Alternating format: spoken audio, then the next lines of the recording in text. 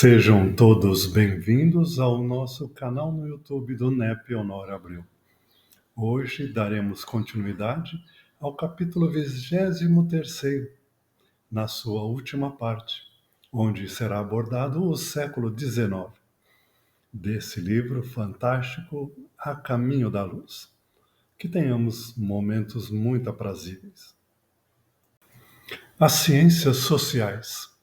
O campo da filosofia não escapou a essa torrente renovadora. Aliando-se às ciências físicas, não toleraram as ciências da alma o ascendente dos dogmas absurdos da Igreja. As confissões cristãs, atormentadas e divididas, viviam nos seus templos um combate de morte. Longe de exemplificarem aquela fraternidade do Divino Mestre, entregavam-se a todos os excessos do espírito da seita.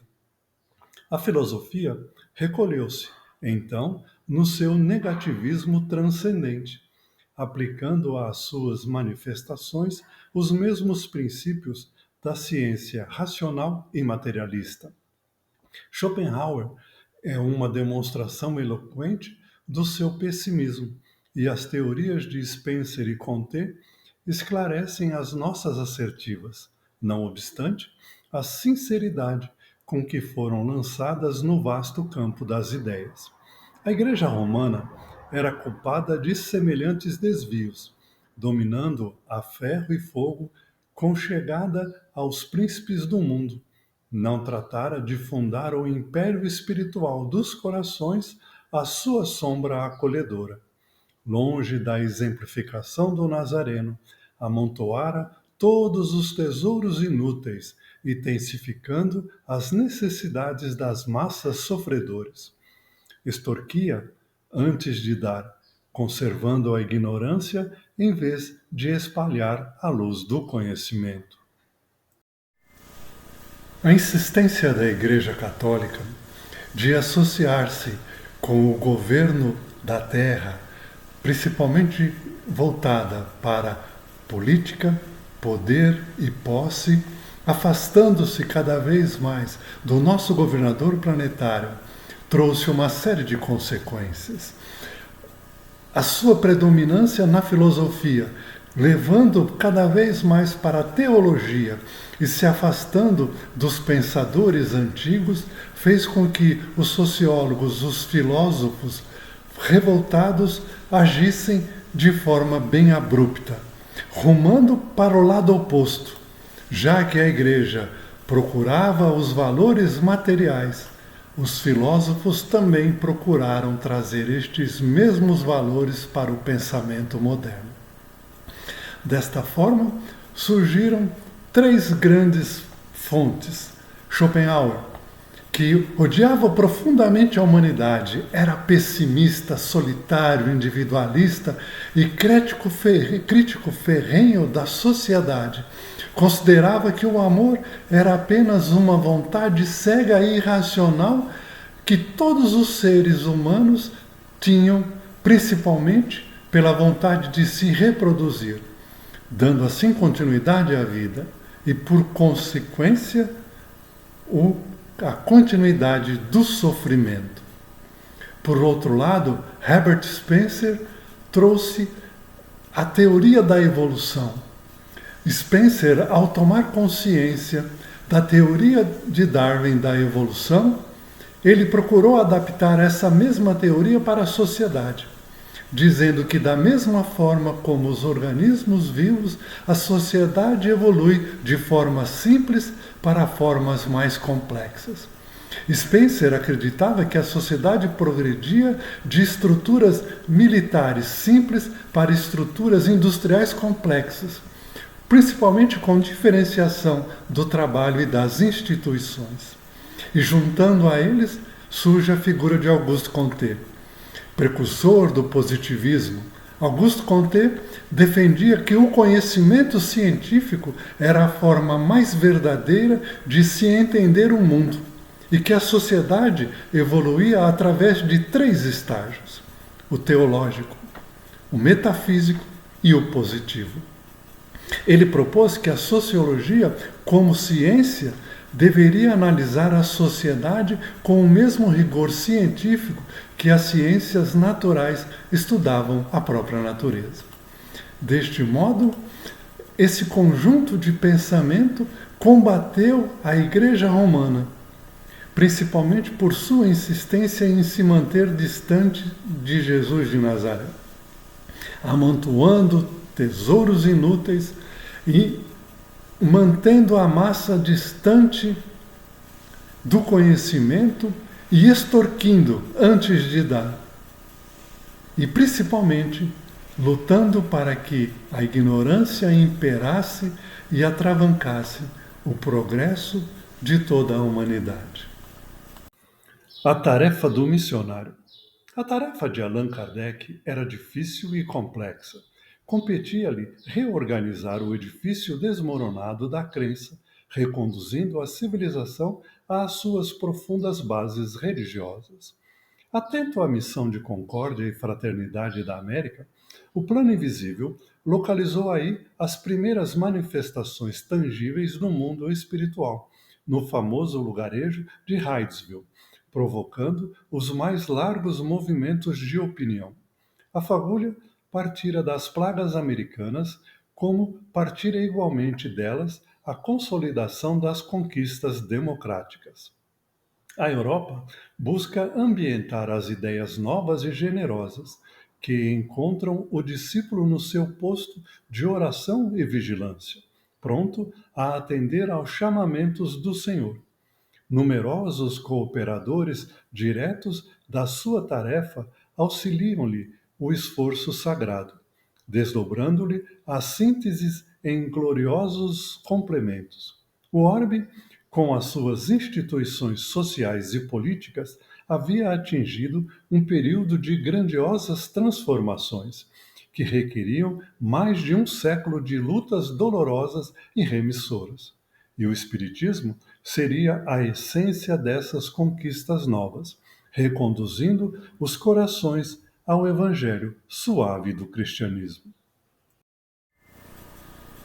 A situação estava, de certa maneira, tão impeditiva dos progressos estabelecidos pelo Cristo, pelo nosso governador, que era preciso que os mortos viessem falar.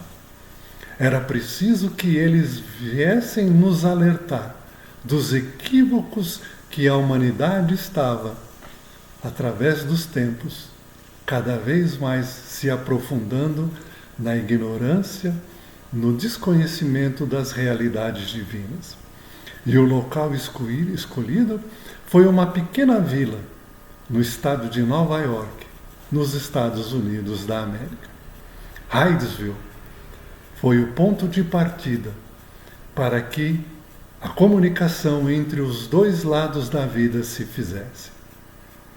Assim, as irmãs Fox, numa casa simples e humilde desta pequena cidade no interior de Nova York, começaram a ouvir batidas nas paredes e, como crianças, ao invés de ficarem assustadas, tiveram a sua curiosidade despertada.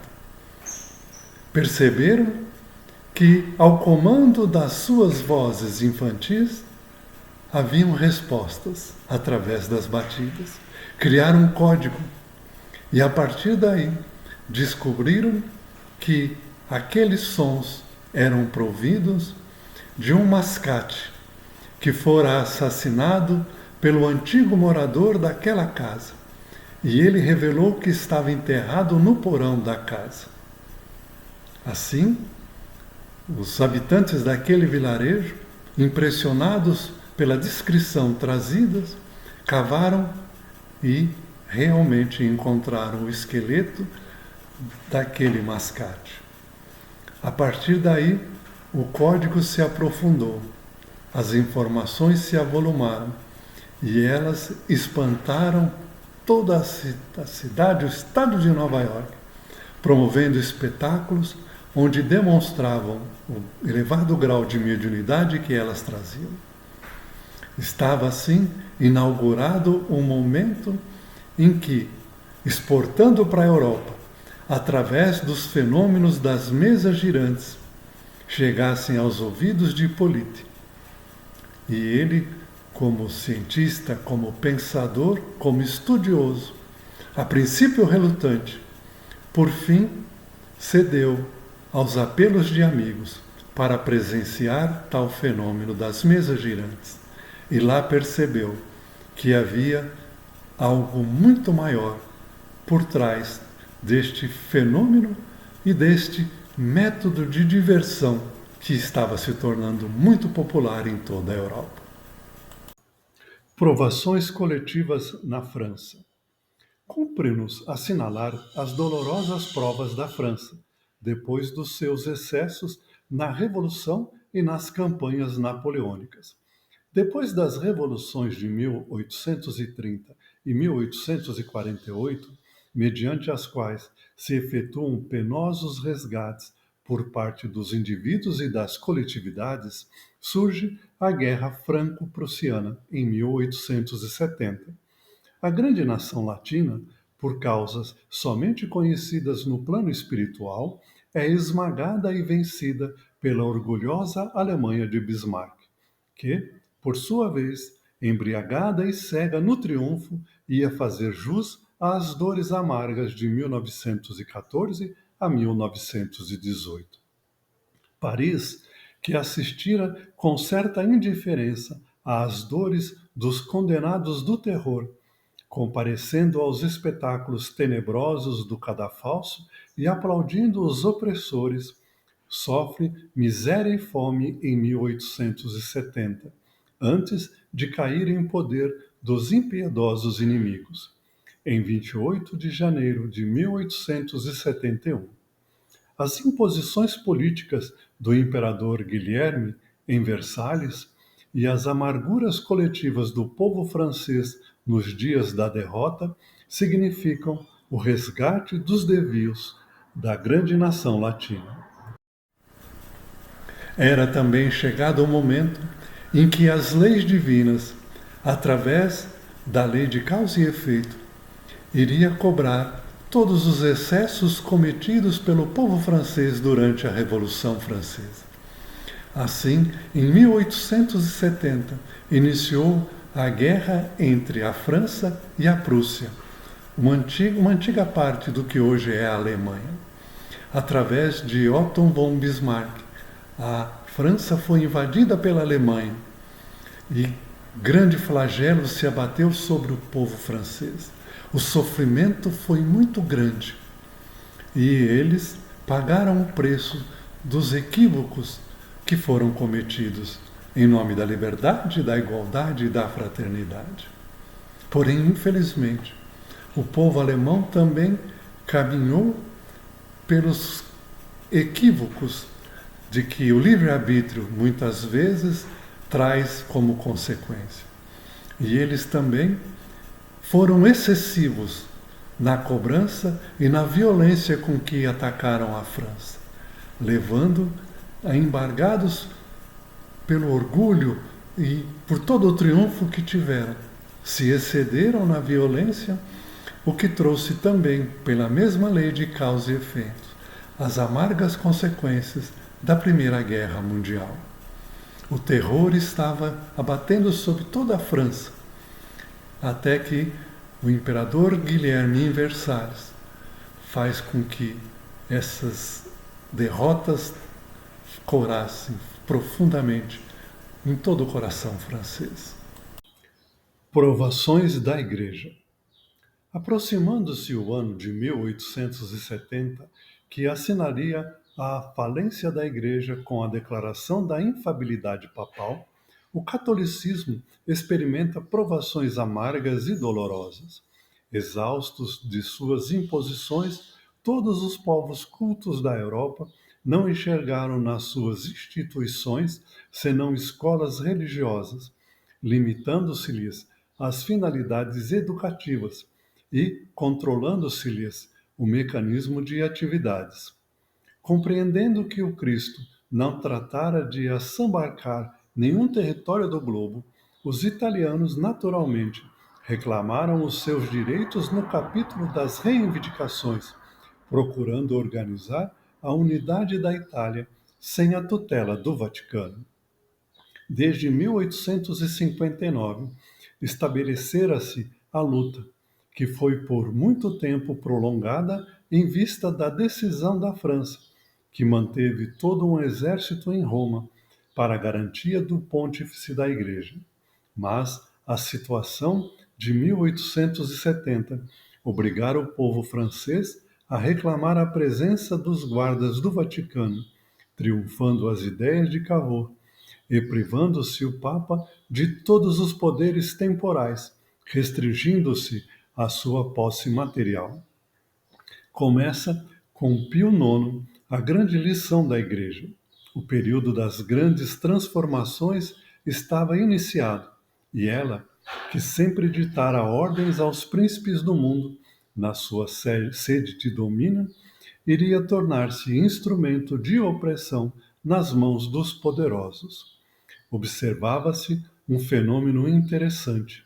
A Igreja, que nunca se lembrara de dar um título real à figura do Cristo, assim que viu, desmoronaram-se os tronos do absolutismo com as vitórias da República e do direito, construiu a imagem do Cristo Rei para o cume dos seus altares. Todos os acontecimentos que tomavam conta de toda a Europa estavam preocupando em demasia o Vaticano. E o Papa, que naquele instante era Pio IX, resolveu convocar o Concílio Vaticano I, que pelo nome indica foi o primeiro concílio que teve acontecimento no Vaticano, na Itália. E ali surgiu a dogma da infabilidade do Papa. E o que significava isso? Significava que tudo que o Papa falava ex cátedra, que significa quando ele estava no trono de São Pedro, era infalível. Ele não errava porque ele era o representante de Deus na terra.